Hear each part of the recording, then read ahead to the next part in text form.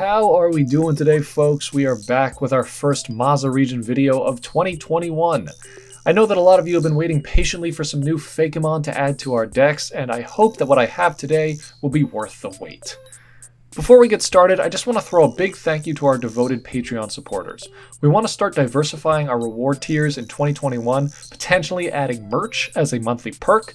If you have some extra change to spare, consider joining the ranks of Subjectively fans and help support our channel. The link is down in the description.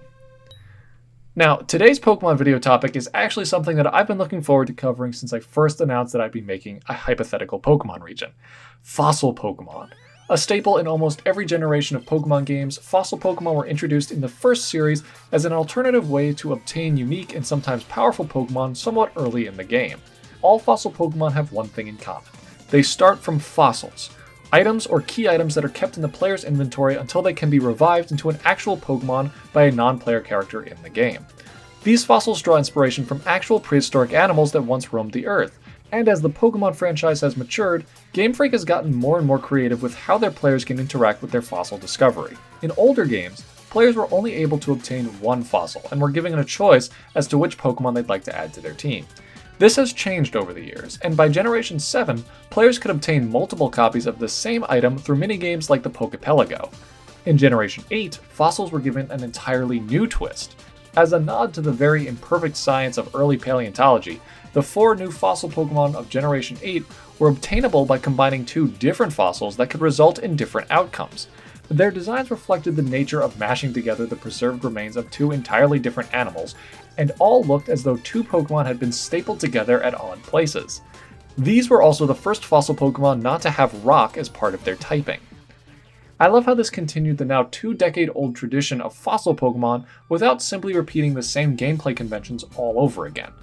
The Pokemon themselves look kind of goofy, but nonetheless I think that they're all brilliantly designed and a good indication of how well Game Freak is able to innovate on their incredibly old franchise. I want to do something similar with my fossil Pokemon. I love paleontology, and specifically paleo art, and there's a lot of history and lore that's involved with the field. Combining the geographic inspiration of the Mazza region, Mexico, with the study of prehistoric life has a ton of potential for new and exciting Pokemon designs. Starting off with my first 2-stage fossil Pokemon. Mexico is home to numerous paleontological discoveries, but most recently it was the site of an unearthed mass mammoth grave. It's weird thinking about an animal like a mammoth, which most people associate with the Ice Age, living in one of the hottest places on Earth. But you have to remember, the world was a very different place back when these animals roamed what we now call Mexico. What's more, the animals discovered here are not to be confused with their hairy cousins, which were adapted for much more frigid environments. Many animal remains from the Pleistocene and Holocene epochs are well preserved due to the nature of the environments that they lived in. In the cases of mammoths, there are several completely intact specimens that have survived for thousands and even tens of thousands of years in either ice, mud, or a combination of both. The most iconic of these methods of preservation is the Tarpit. Like millennia-old time capsules, these pockets of melted and solidified tar keep animal remains pristine and intact, and from here, I began sketching concepts for a Tarpit Mammoth Pokemon design. I wanted the main concept of this Pokemon to be based off of a well-preserved animal specimen.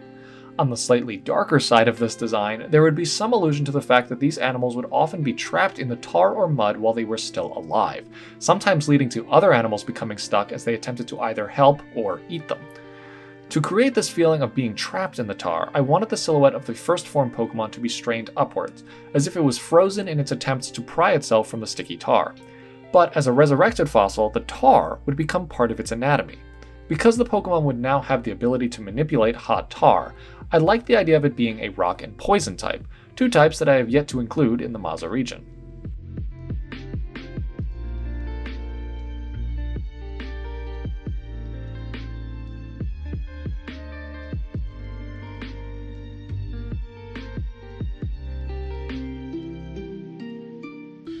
Eligoop, the preservation Pokemon. Tens of thousands of years ago, Eligoop were thought to have been quite common in the Mazza region. In an attempt to repopulate the region with long extinct species, scientists used preserved specimen of fur to revive the Pokemon. In the process, their DNA became spliced with the mineral composition of the tar in which they were preserved. As a result, the living reconstructions of Eligoop are thought to behave very differently from their ancestors.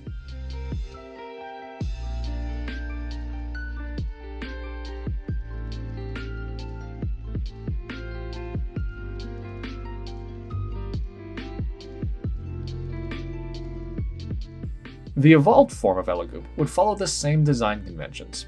As I worked to develop a strong silhouette, I had two goals in mind.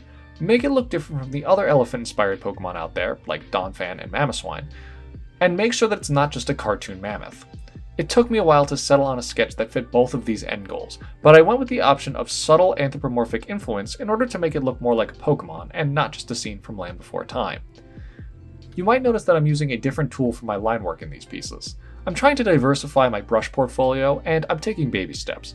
Using a bold, thick brush and then whittling the line work down as I render allows me to preserve a little bit more movement in my final character designs. The end result looks less flat and is easier to color.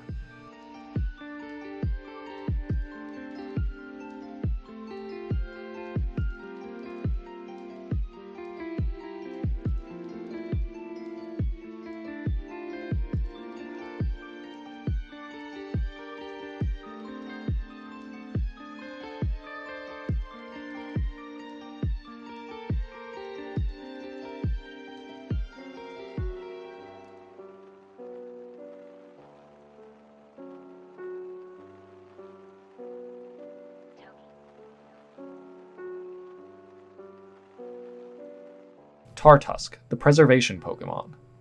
When they roamed the Earth some 10,000 years ago, Tartusks were thought to have been some of the largest Pokemon alive. After being reconstructed from DNA preserved in tar, their original size has diminished while half of their body mass was replaced by minerals. The Pokemon used this newfound control over the heavy, sticky substance as both a weapon and a defense. Weaker opponents will instantly succumb to the toxic fume the Pokemon produces, and even the strongest of foes can be subdued when trapped in the viscous goo.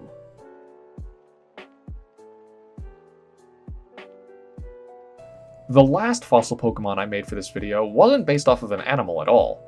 In fact, the point of inspiration for this Pokemon came from the extinction of more than 70% of all life on Earth, some 65 million years ago. The Chicxulub Impactor was an enormous piece of space rock that plummeted into the Earth's surface at over 44,000 miles per hour, resulting in a mass extinction that not only wipes out the dinosaurs, but countless other species of plants and animals as well.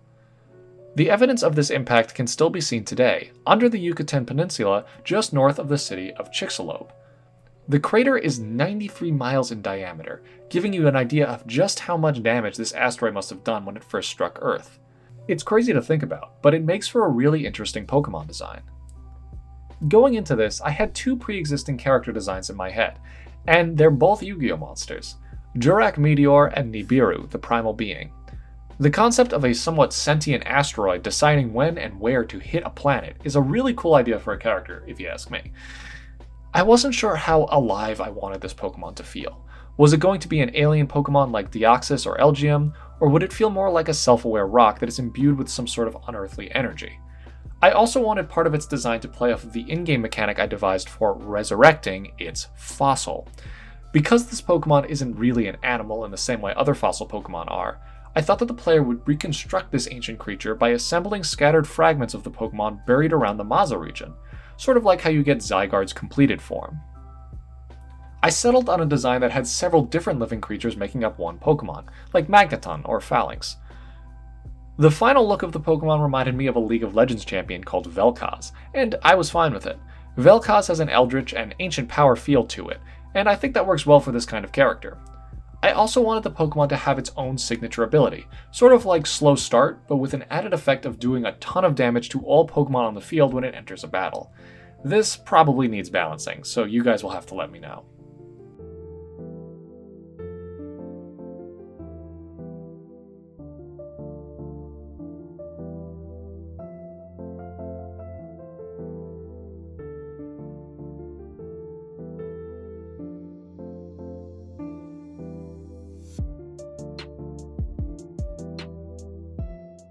Chicxulub, the Impector Pokemon. An alien Pokemon reconstructed from ancient shards of stone, Chicxulub were once part of a singular being. Long before humans, a massive asteroid collided with the Earth's surface, shattering into hundreds of thousands of pieces. Today, we can reassemble fragments of that meteor into different individual Pokemon, and each one is completely unique. They do all tend to have volatile personalities and enjoy crashing into solid objects at high speeds.